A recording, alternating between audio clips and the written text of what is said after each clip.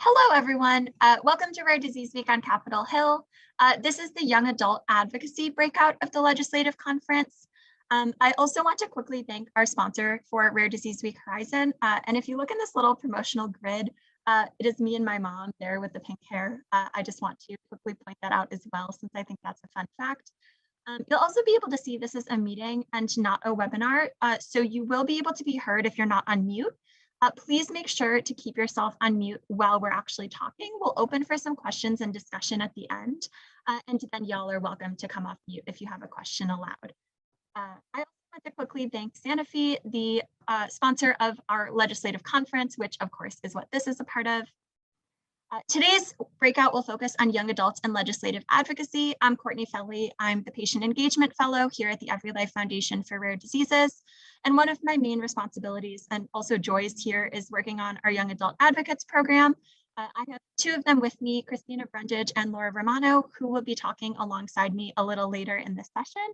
I will let them introduce themselves in slightly more detail when their slides come around, but we are very excited to have them with us.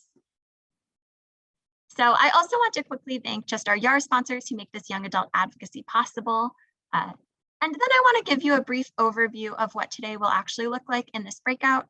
I will talk a little bit about the young adult representatives of RDLA, YAR that I just referenced. I will also talk a little bit about the YAR policy campaign and legislative advocacy. And then I will briefly talk about the STAT Act. For those of you who were at the legislative conference deep dive yesterday, you already know quite a bit about the STAT Act. I will be talking about it from a little more of a high level perspective just to get you re-familiar. And then we'll be talking about the unique and beneficial ways that it can help young adults with rare diseases specifically. I will then pass it to Laura and Christina, who will talk about their experiences with legislative advocacy, their advice for Rare Disease Week 2022, and STAT Act advocacy as a young adult. And then, of course, we will open it back for questions, some discussion in this breakout. So first of all, YAR, or the Young Adult Representatives of RDLA, includes young adult advocates who are between 16 and 30 years old. This includes patient advocates, siblings, and loved ones, so maybe children, grandchildren, or close friends of those with rare diseases. But I would say that the primary makeup of YAR is really patient advocates themselves, and YAR spends a lot of time and conversation focusing on young adults with rare diseases and their own needs. Some benefits and structures of YAR. One of the main goals, I think, is really meeting other young adults in the rare disease community and attending monthly General Assembly meetings where you get to know each other, especially if you don't have a lot of previous ties to young adults with rare diseases. We also encourage YAR members to build their advocacy and public speaking skills, especially through our new Speakers Bureau trainings. We also encourage YARs to develop a professional online presence. We have our Meet the YARs map where you can see some of the YARs directly online. Those are always fun for me. We also encourage YARs to learn about policy issues, provide some guidance there, and we help YARs with some additional support for legislative advocacy events like, say, Rare Disease Week. You all know exactly how that goes. And we help YARs find public speaking and leadership development opportunities. You can see this picture of a former YAR who has since aged out, so we've helped her transition, and a previous Rare Disease Week back when it was in person. So the YAR policy campaign really came out of a lot of YAR members wanting to get more involved in legislative advocacy and public policy, wanting to get some knowledge and experience in that sphere even more than YAR already offered. One of the main goals of YAR is to encourage YAR members to have a growing impact on public policy in the rare space. And that sounds really great, but it's a little more complicated than it seems on the surface. Part of that involves building knowledge of current policies, like, say, this Rare Disease Week's legislative asks, and getting people familiar with the details and all of the different potential pros and cons of current policies and how to advocate for them. But we also want YAR members to build political literacy for future policies. How is it that when a new piece of legislation is introduced, you read it, you understand how it might affect the rare disease community, you decide where you fall in it, and you start connecting it to your own life and your own experiences. And then, of course, we also want to encourage YAR members to develop their advocacy skills and tactics. So taking all of the knowledge that they have and all of the passion they have and turning it into real action, like, say, meeting with their legislators or otherwise advocating for these bills. So through the policy campaign, YAR members will share information through Hill Days, personal testimonies, social media, and more.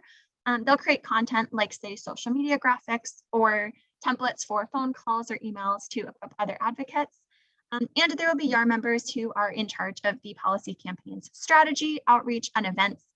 I think that's the part that I'm really excited for, is some of the more YAR-led components and seeing how the policy campaign moves over time with folks' interests and with their passions.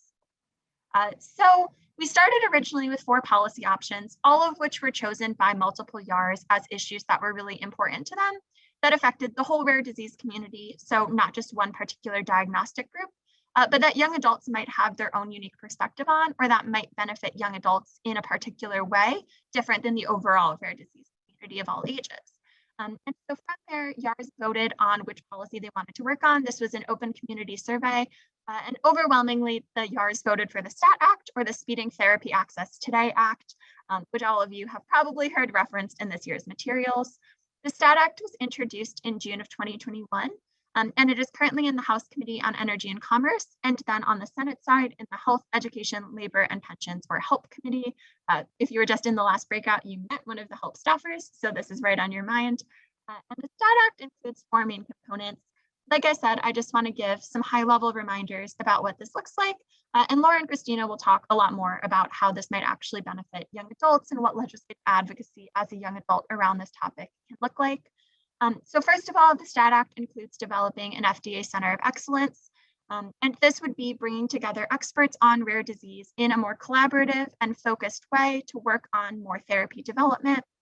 The STAT Act would also include forming an advisory committee within the Department of Health and Human Services, or HHS, to advise the Secretary on issues of rare disease.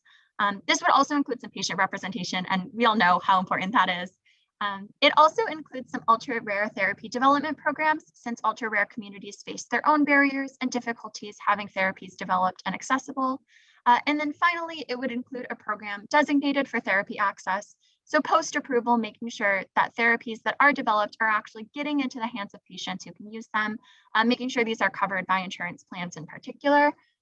So with all of that, I would just like to quickly note that I started working in this space because I'm also a rare disease patient.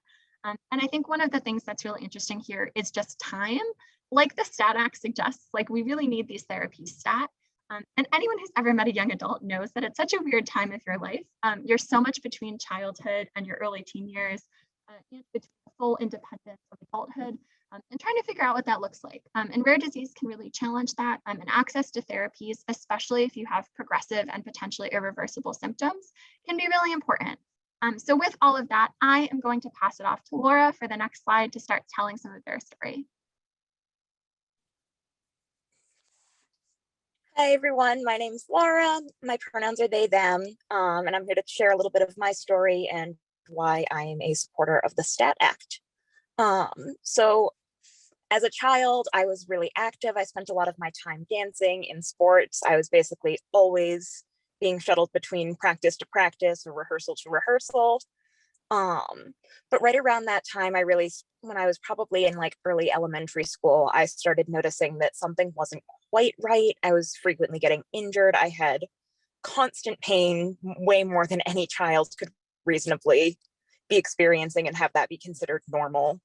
I had a lot of GI issues. And then by the time I was in middle school, we really started noticing that I was scarring really easily, that my skin just didn't heal right. But it wasn't for years and years later until I was in college for my first semester that I finally got some sort of a diagnosis. And even then it was just a clinical diagnosis of you have some type of Ehlers-Danlos syndrome or EDS. And it took another few years, just a few months ago, really, that was confirmed to be classical like EDS, and further within subsetting that, the type 1 classical like EDS, which is a pretty rare condition. The prevalence is estimated to be about less than 1 in 1 million. And there is currently no cure or FDA approved therapy. It's basically all about reducing symptoms by mainly avoiding things that can cause symptoms. Next slide. So I sort of jumped into advocacy as soon as I got my diagnosis, really. That picture up in the top left hand of my screen, you might see the little zebra print tablecloth there. That was actually an awareness event that I held at my college less than a month or so after being formally diagnosed with EDS. Because one of the first things I ran into with this diagnosis was that most people had never heard of it, including my medical providers who were at some of the biggest hospitals in the state. I was the one teaching them about my condition as an 18-year-old. And I just didn't think that was okay. So I went to a college that had a lot of nursing and pre-med students. So it sort of became my goal to teach them about what it meant to have a rare disease and what my rare disease was. And that also led me to finding other people in the rare disease community in the Boston area, which led to me learning to advocate for some other conditions that were similar to my diagnosis. So up in the top right hand of the slides, there's a picture from an advocacy event that I held when the Rent National Tour was in Boston and the Marfan Society was doing an event. And they reached out to some Ehlers-Danlos patients to help make sure that that event could be run every single performance of the show. Once I was diagnosed, I also pretty quickly started looking for communities where I could feel not alone for the first time in my life. And that first led me to find an organization called Next Step, which is in Cambridge, Massachusetts. And through that, I got really good at developing my story and how I wanted to share it with others. And through Next Step, I was actually connected with YAR and the first YAR Leadership Academy, which took place last year. And I was a member of that first group. And in that group, I was able to really learn more about legislative advocacy and sort of leveling up my advocacy skills to make my story mean something for change. And I very quickly realized that that was where my passion lied. The picture in the center and the bottom left of the screen are both from some Ehlers-Danlos events last summer. The bottom left is a copy of the Massachusetts proclamation to make May Ehlers-Danlos Awareness Month in the state of Massachusetts. So that was a really cool opportunity. And I got to be interviewed by a few local news sources for that. And then right in the center of the screen is actually an ad for my talk that I gave at the Global Summer Conference for the Ehlers-Danlos Society last year, where I was able to share my story about what it's like to live with classical-like Ehlers-Danlos syndrome. Next slide.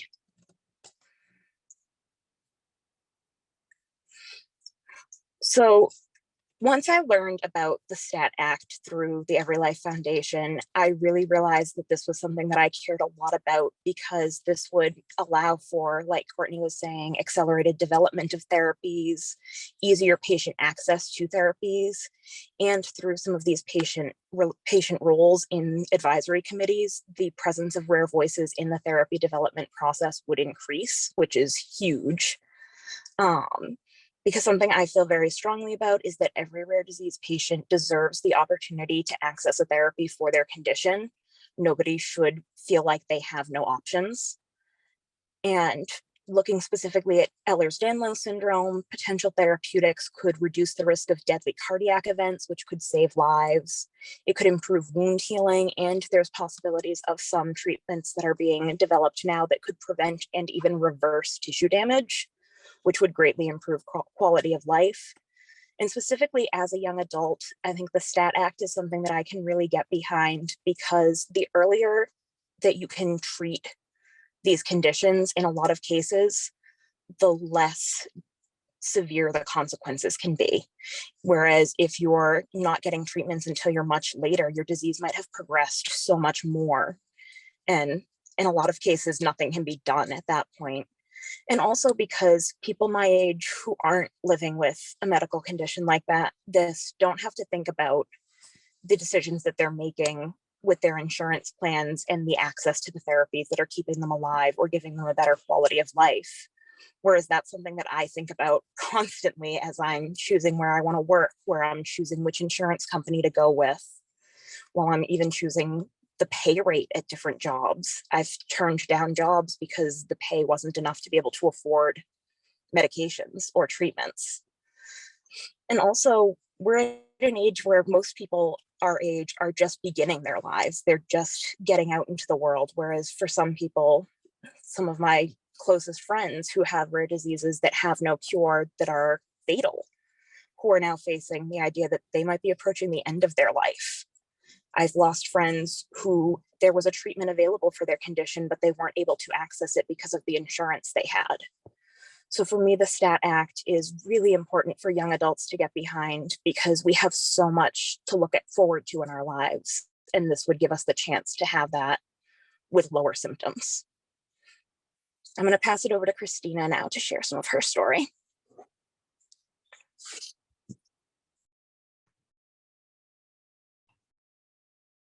Everyone, I am Christina, and again, thank you so much for allowing me to be here and talk about my story.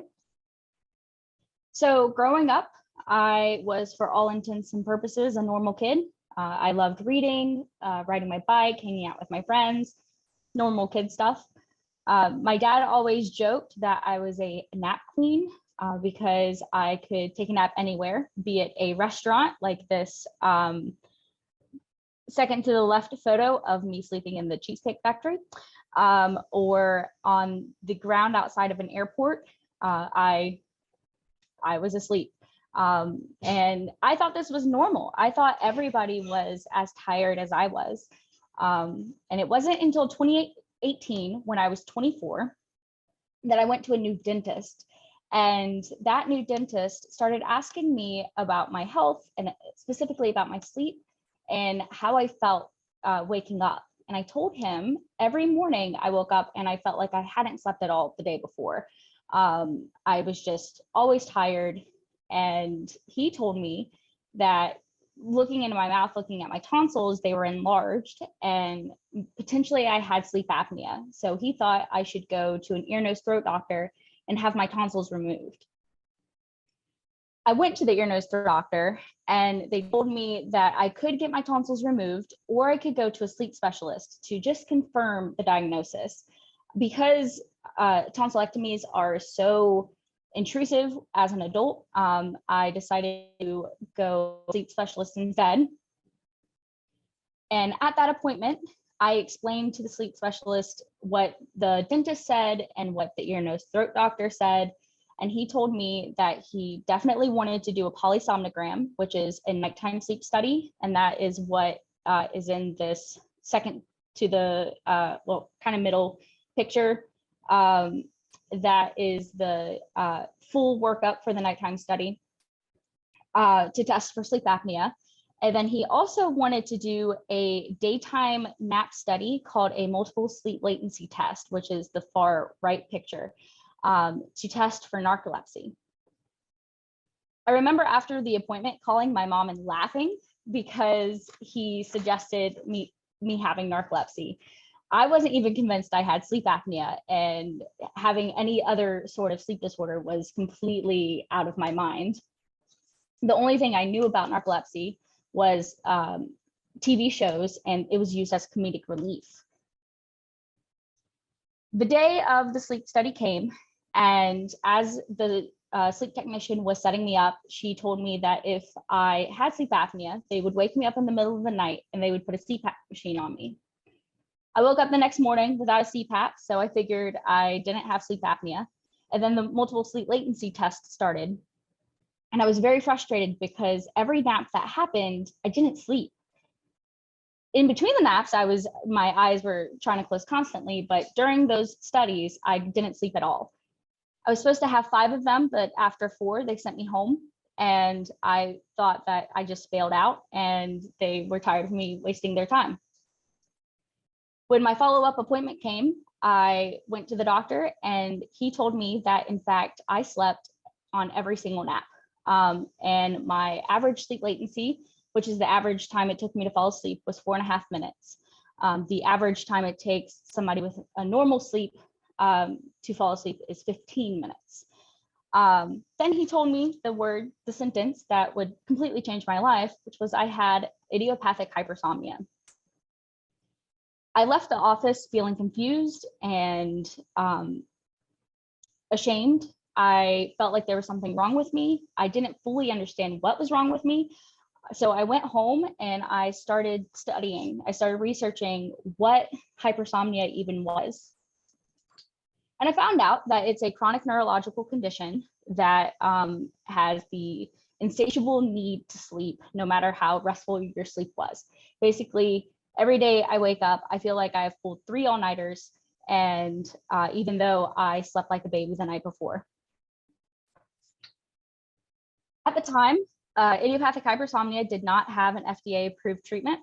And through my research, I found an online registry from the Hypersomnia Foundation that I could use to sign up for clinical trials. Even though I was newly diagnosed, I knew I wanted to do everything I could to bring a treatment to people like me, people who had this disorder that needed to be able to live their lives. Even if it wouldn't directly help me, if the medication wouldn't help me. I was diagnosed in June 2018, and by October 2018, I was in my first clinical trial. To date, I have participated in 6 trials, and there are definitely more on the horizon.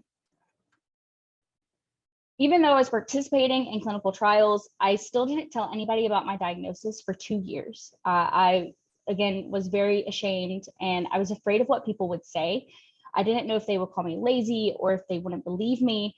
And so I kept it inside. But when I finally decided to tell my friends and loved ones about my diagnosis, everybody's reaction was amazing. I've received an outpouring of love, and I found out that their support was something that I needed this entire time. So I've really appreciated all of their love. Next slide, please.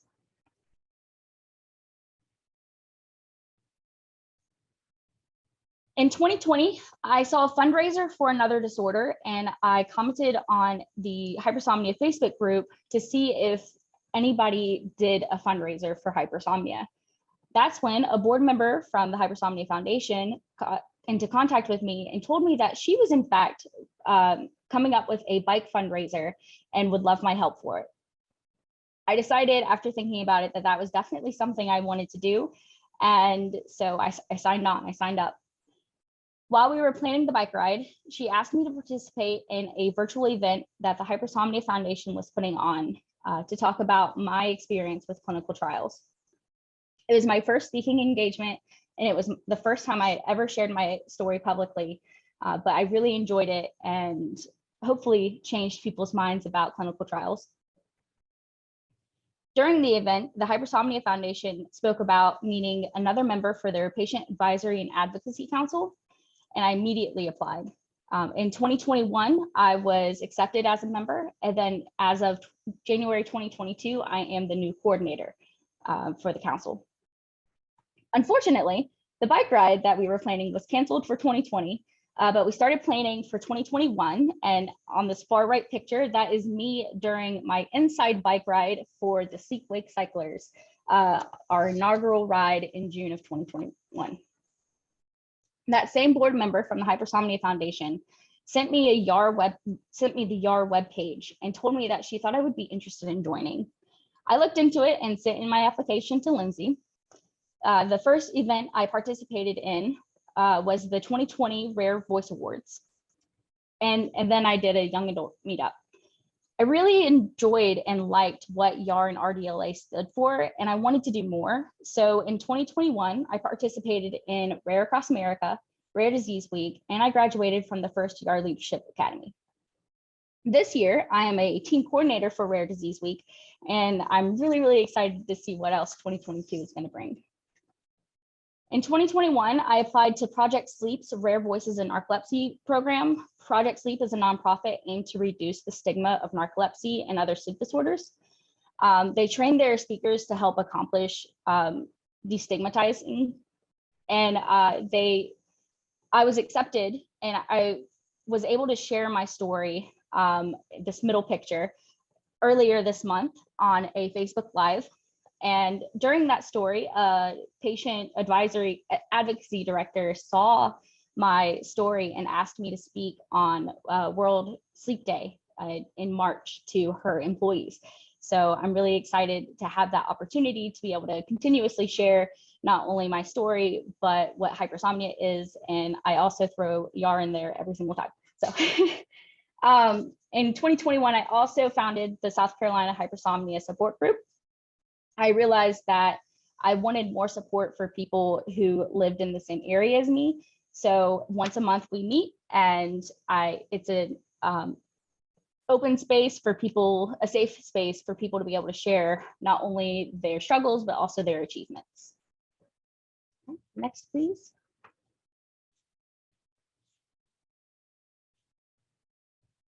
As I said, last year I participated in Rare Across America for the first time. I had no idea what legislative ask was going to resonate with me. I watched training webinars and I read about each of the asks, and that's when I read about the STAT Act. I realized that the STAT Act was exactly what I was looking for. I joke that if it weren't for idiopathic hypersomnia, I would be president by now. I'm not old enough, but they would make an exception. And obviously, having an FDA-approved treatment wouldn't make me president, but it would help me live a more active life and it would help me reach my goals. In 2021, IH finally got an FDA-approved medication. Unfortunately for me, it does not work, but I'm hoping for the future and hoping that it won't take 15 years to actually get something. Passing the STAT Act would not only help me and people with my disorder, but it would help everybody in the rare disease community. Again, as we all know, it takes an average of 15 years for a treatment to make it to the market. And we all can't be president, but it really makes me think how much could we accomplish if we have these treatments? If we didn't have to wait 15 years, if our lives didn't end before treatments happened, where will we be now? I'm going to pass it back over to Courtney. Thank you. Awesome. Thank you so much, both Christina and Laura. I really appreciate that. And both of them will be taking a ton of questions, so they'll be popping back on video. But I just want to encourage all of you to take a picture or a screenshot of this slide just to have our contact information around if you do have any follow-up questions after this, or you want to get in touch with one of us. You can follow the YAR Instagram at HearUsYAR, YARR if you're just listening to this. And you can follow us on our LinkedIn at YAR. If you are interested in joining YAR or you have any other questions, you can also email me directly. I know Lindsay put both of our emails in the chat, and both of us are happy to answer questions. But my email is cfelle, F-E-L-L-E, at everylifefoundation.org. Again, if you're just listening to this or looking at the transcript. You can also follow Christina's Instagram at Leaving the Stoop, sort of like how you would have a front porch stoop. Or you can email her at brundage, BRUNDAGEC94 at gmail.com. And you can also follow Laura at Sharing My Stripes, the zebra stripes, of course, or email them directly at leromano, ROMANO 11 at gmail.com. I also just want to quickly note some recent and near future events that you can catch YARS at if they are not already on your radar. If you are a young adult between 16 and 30 years old, we would love to see you at the Young Adult Meetup tonight at 5:15 p.m. Eastern Time. This is just for young adults between 16 and 30, but it will be a fun and interactive space to do some policy trivia and talk about how Rare Disease Week has been going so far until about 6 p.m. Eastern Time. I am a huge trivia person, so I'm just really hyped about the trivia. This weekend, we also have another YAR, Nicole Wells, who's lovely, speaking at the Rare KC Symposium.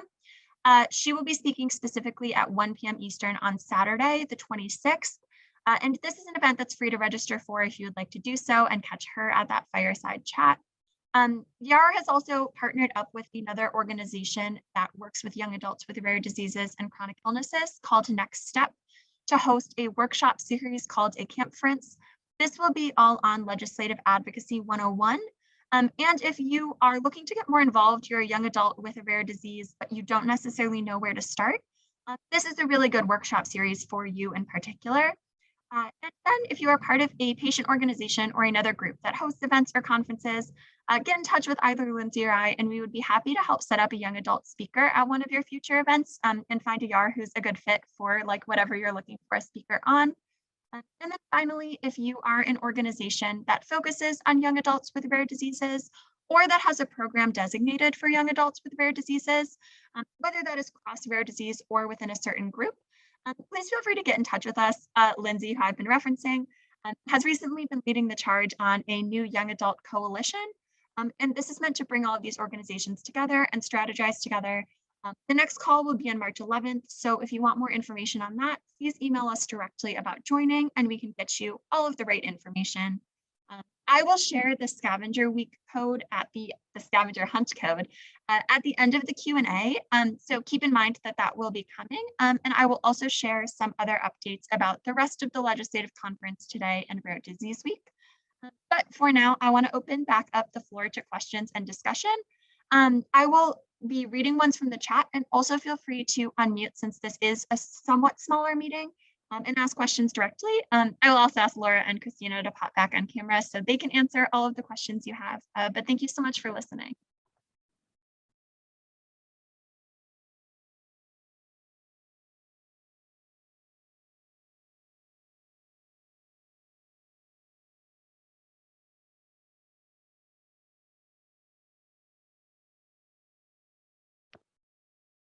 Hey, I don't know if everyone can hear me. Yeah, maybe, yes, good, no, yeah, okay, cool.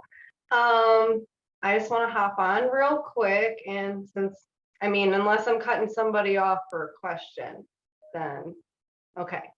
I just want to introduce myself a little bit. My name's Emily Hall. Well, it is listed there, but I don't know, it is kind of hard to see the screen. I mean, my eyes are going bad. Hence the tinted glasses. Comes with the courtesy of all the bag of diseases that I've seemed to collect at this point. You know, I try to have a sense of humor about it, which is kind of why I kind of here to kind of introduce what I want to talk about real quick is about our Odyssey, which is another wonderful nonprofit that supports young adults with rare and chronic conditions like myself and you all here. And a lot of, actually, a bunch of you all here have come to our Odyssey meetups before, and you know, which we truly appreciate. I mean, I've been volunteering now for a couple of years with them, and actually our Odyssey has only been around since just before the pandemic, the year before. So still a young organization, but we're really more about kind of having these kind of fun meetups 1 to 2 times a month. And we kind of just talk about whatever we really want to talk about. Sometimes we have a topic specific meetup once a month. And usually it just centers around anything that is kind of a hot topic for young adults with chronic conditions. It's just so great if anybody is interested in speaking as well, if they have a subject that is their passion that they want to speak about, you know, you can get in touch with me or Anna at our Odyssey, and I'll put that info in the chat, of course. I wish I could do it all at once, but my hands, everything is just kind of going bad now. So but y'all kind of get it. So that's the whole point, is like having a group of like people that just get it, and we can talk about anything from legislative efforts to just everyday life. Oh my gosh. Yeah. Yes, definitely. So great. I mean, I don't know, I think Megan probably wants to say a few words about it, just because she's really enjoyed how it has changed her life as far as empowerment for advocacy, which is one of our main focuses and goals is empowering young adults to really advocate for themselves and to really have all the resources at their fingertips that we deserve to have. It's 2022, and to access a lot of things is not so easy. Emily, sometimes. I'm so sorry to cut you off. Hey, Emily, I'm so sorry to cut you off. We just had a question come in from Haley about the STAT Act. So I want to make sure that we address that before our time is done. So Courtney, I'm not sure if you see it here, but Haley asks, how would the STAT Act impact treatments like IVIG, general treatments like this, that are not targeted treatments for a disease, but research has shown will work for diseases? Yeah, This is a beautiful question. I actually want to see if Laura or Christina have any thoughts first, and then I can also share some thoughts. Laura, I don't know if you want to start actually, since I also know from the inside that EDS is one of those conditions that sometimes like doesn't have targeted therapies, but are using ones that were originally developed for other conditions.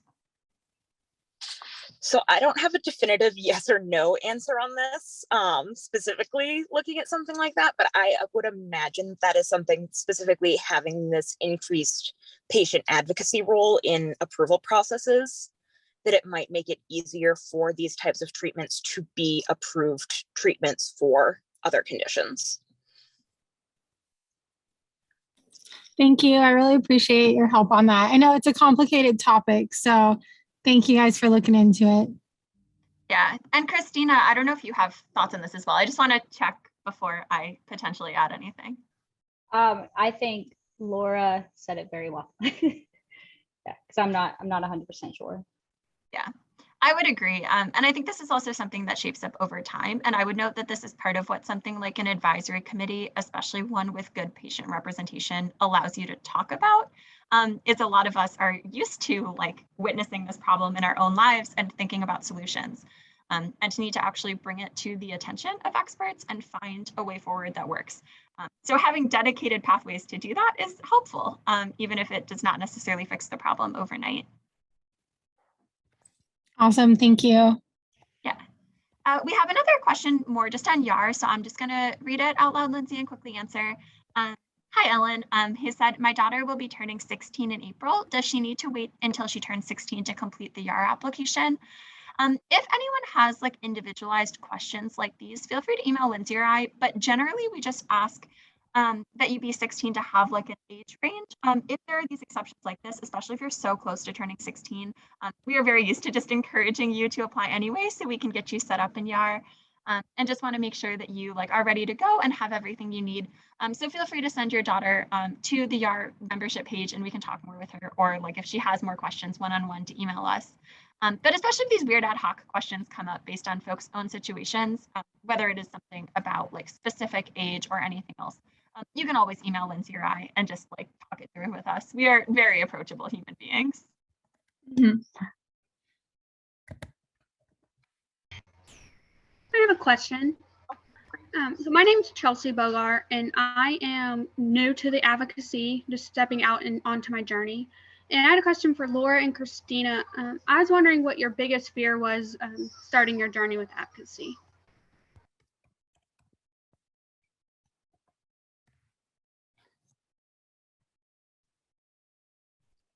I can would jump say my biggest fear, again, not telling anybody about what was going on. I didn't put it in my presentation, but right before the hypersomnia virtual event where I talked about clinical trials, that's when I told people about my diagnosis.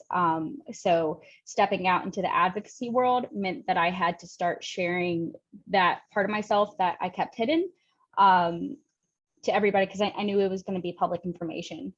So that was honestly my biggest fear when going in. Yeah, I would say for me, my biggest challenge in the beginning was knowing where to start, because I felt like there was so much that I wanted to say and so much that I wanted to try to change. But I also had to recognize that I was only one person. And on top of that, I was one person with a chronic illness. And I couldn't do it all on my own. I needed to find a community to be a part of to do it and to prioritize what was the most important for me.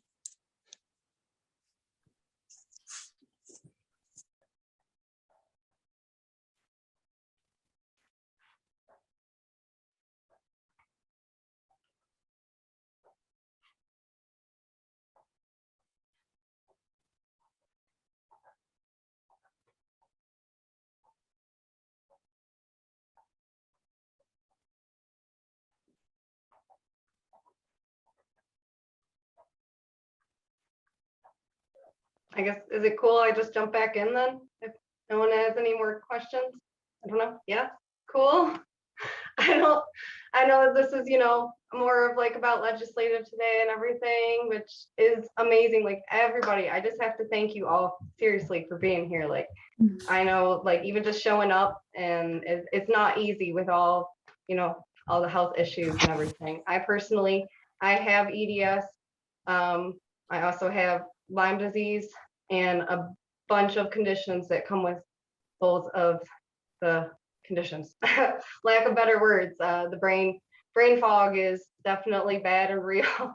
Y'all understand. So I live in North Georgia. And just a little bit more about me and just how much I enjoy getting to know people and helping them on their journey with their diagnostic or rare journey of whatever sort that they're on. And I know, Megan has some exciting news as far as what she has been doing and how she enjoys our Odyssey. I don't know if she's still here or not. I'm here. Okay. Yeah. I'll say You wanted to briefly. say I know earlier. we kind of just jumped into this meeting and got took on, but it's kind of brainstorming within brainstorming, right? I think that with a lot of skate, it's been really great, and that similar to what I was saying in the chat, I just think it's a really just huge community of just finally finding young adults who actually have a rare disease where we don't have to explain ourselves and say, oh, well, this is my such and such. This is what I deal with having it. And I just think often it's just kind of happened in an organic way where we talk about various different topics. And through just being connected with our Odyssey, I've really gotten to know Emily here. And it's really great. I've really gotten to know you, consider you a good friend, gotten some other good friends that I've made some other good friends through our Odyssey. And through that, it's kind of, processes within processes within processes of kind of, I think having ideas clicking. I actually have started a website through your help, probably, of just getting a website out called Megan Code Curator, where I just try and raise awareness about my rare disease, which is 2q37 chromosome deletion syndrome. I make onion cards because I kind of consider myself an onion out of all the 3 different types of my rare disease I have. And I am hoping to have future meetups to try and connect with others, hopefully connecting with others who also have my rare disease, but if not, just, really kind of creating that sense of extra support. Yeah, I do want to jump back in before we get too close to the 2:50 end, just to answer one last question, which I am assuming this is for Laura and Christina. And Regina asks, did either of you have any speaking experience prior to your rare diagnosis? Laura, I think you can probably start. Yeah, so I definitely did not have much experience prior to this. Really, I didn't have any formal training or anything on it. Even before I spoke at that global conference, I was sort of just winging it and going with my gut and just speaking from my heart and saying what I wanted to say. I have had some training through YAR now, which was a huge benefit to myself. I feel much more prepared for things like this now, but I think it's worth just jumping in head first and letting the nerves catch up with you after sometimes, because when you really start to think about it and stress yourself out about exactly what you're doing, sometimes that makes it a lot harder than you really need to make it.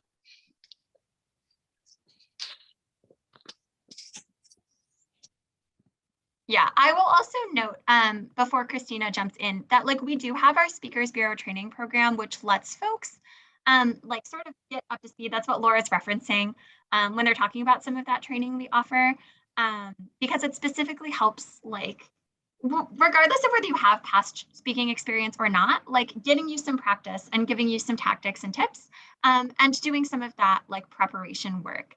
So right after this, after you take a brief 10-minute coffee break or whatnot, we will have 2 different breakouts Both of them will have the same code, so just go to whichever one you think is more interesting. The first one is on how Congress can work to reduce barriers to care and health disparities.